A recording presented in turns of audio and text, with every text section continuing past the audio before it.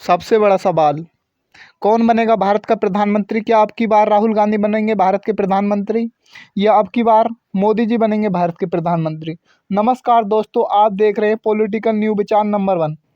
इस वीडियो में हम बात करेंगे लोकसभा ओपिनियन पोल के बारे में। दोस्तों, जैसा कि आपको पता है, अब से मात्र कुछ दिन 2024 के शुरुआत में लोकसभा के चुनाव संपन्न होने वाले हैं।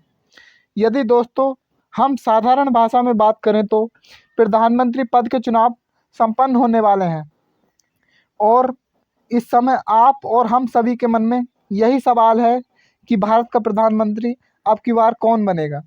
क्या अब की बार भारत के प्रधानमंत्री राहुल गांधी बन पाएंगे या अब की बार दोबारा से प्रधानमंत्री मोदी जी रहेंगे?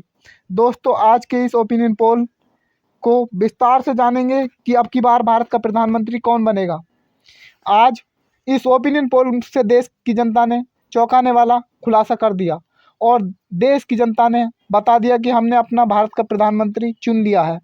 तो चलिए दोस्तों, अब इस ओपिनियन पोल की शुरुआत करते हैं। यदि आपने अभी तक हमारे चैनल को सब्सक्राइब नहीं किया तो प्लीज़ हमारे चैनल को सब्सक्राइब अवश्य कर लें और वीडियो के कमेंट बॉक्स में अपनी राय अवश्य लिखें। आपको क्या लगता है कि इस बार भारत में किस पार्टी की सरकार बन सकती है? तो दोस्तों, देखते हैं इस ओपिनियन पोल के माध्यम से। तो चलिए दोस्तों, सबसे पहले हम मोटे मोटे आंकड़े ले लेते हैं। भारत के अंदर लोकसभा की 543 सीट हैं। जो भी पार्टी 273 या उससे अधिक सीट लाती है वही पार्टी केंद्र में भी सरकार बनाती है। दोस्तों, आपको क्या लगता है कि इस बार किस पार्टी की सरकार बन सकती है? अपनी कमेंट बॉक्स में राय अवश्य लिखें। तो दोस्तों, सबसे पहले बात कर लेते हैं हम पश्चिम बंगाल की। पश्चिम बंगाल के अंदर लोकसभा की 42 सीट हैं, जिसमें से बीजेपी के खाते में 10 व कांग्रेस के खाते में 32 सीट मिलने का अनुमान लगाया जा रहा है। तो दोस्तों, आपको क्या लगता है कि इस बार पश्चिम बंगाल से बीजेपी का सुपड़ा साफ होता हुआ नज़र आ रहा है? तो अपनी राय कमेंट बॉक्स में अवश्य लिखें। तो चलिए दोस्तों, अब बात कर लेते हैं हम कर्नाटक की। कर्नाटक के अंदर लोकसभा की 28 सीट हैं, जिसमें से बीजेपी के खाते में 7 व कांग्रेस के खाते में 21 सीट मिलने का अनुमान लगाया जा रहा है। तो दोस्तों, अब बात कर लेते हैं उत्तर प्रदेश की।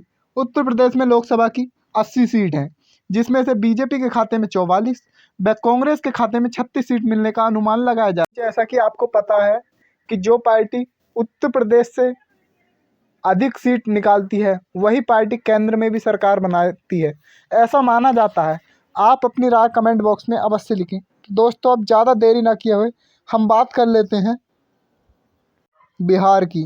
बिहार में लोकसभा की 40 सीट हैं, जिसमें से बीजेपी के खाते में 7 व कांग्रेस के खाते में 33 सीट मिलने का अनुमान लगाया जा रहा है। तो दोस्तों, बिहार के अंदर बीजेपी को काफ़ी तगड़ा नुकसान हो सकता है। तो दोस्तों, बात कर लेते हैं हम नागालैंड की। नागालैंड के अंदर लोकसभा की 1 सीट है। एक की 1 सीट कांग्रेस पार्टी को मिलती नज़र आ रही है। ऐसा लगता है कि नागालैंड से भी बीजेपी का सुपड़ा साफ होता हुआ नज़र आ रहा है। तो दोस्तों, बात कर लेते हैं अब राजस्थान की। राजस्थान के अंदर लोकसभा की 25 सीट है, जिसमें से बीजेपी के खाते में 14 व कांग्रेस को 11 सीट मिलने का अनुमान लगाया जा रहा है। तो दोस्तों, बात कर लेते हैं हरियाणा की। हरियाणा के अंदर लोकसभा की 10 सीट हैं, जिसमें से बीजेपी के खाते में 3 व कांग्रेस को 7 सीट मिलने का अनुमान लगाया जा रहा है। तो दोस्तों, बात कर लेते हैं अब गुजरात की। गुजरात में लोकसभा की 26 सीट हैं, जिसमें से बीजेपी के खाते में 16 व कांग्रेस के खाते में 10। ऐसा माना जाता है कि गुजरात में बीजेपी का गढ़ है। गुजरात से भी बीजेपी को काफ़ी अच्छा प्रदर्शन देखने को नहीं मिल पाया।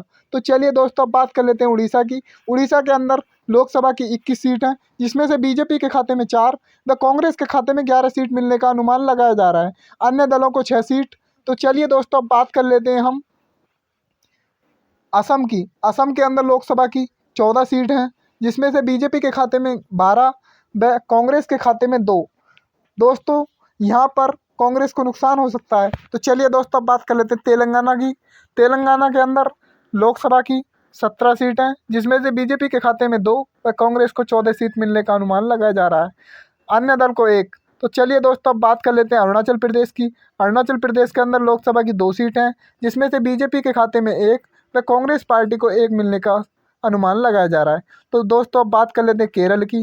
केरल के अंदर लोकसभा की 20 सीट हैं, यहाँ से बीजेपी के खाते में 0 व कांग्रेस के खाते में 16 सीट मिलने का अनुमान लगाया जा रहा है और अन्य दलों को 4 सीट। यहाँ पर केरल के अंदर से बीजेपी का सुपड़ा साफ होता हुआ नजर आ रहा है। तो चलिए दोस्तों, अब बात कर लेते हैं ज़्यादा देरी न किए हुए मध्य प्रदेश की। मध्य प्रदेश के अंदर लोकसभा की 29 सीट हैं, जिसमें से बीजेपी के खाते में 8 व कांग्रेस के खाते में 21 सीट मिलने का अनुमान लगाया जा रहा है। तो दोस्तों, अब बात कर लेते हैं मेघालय की। मेघालय के अंदर लोकसभा की 2 सीट हैं, जिसमें से बीजेपी के खाते में 1 व कांग्रेस पार्टी को 1 सीट मिलने का अनुमान लगाया जा रहा है। यहाँ पर दोनों पार्टियों के बीच कांटे की टक्कर देखने को मिल सकती है। तो चलिए दोस्तों, बात कर लेते हैं महाराष्ट्र की। महाराष्ट्र में लोकसभा की 48 सीट हैं, जिसमें से बीजेपी के खाते में 13 व कांग्रेस के खाते में 35 सीट मिलने का अनुमान लगाया। दोस्तों, यदि आपने हमारे चैनल को सब्सक्राइब नहीं किया तो प्लीज़ हमारे चैनल को सब्सक्राइब अवश्य कर लें।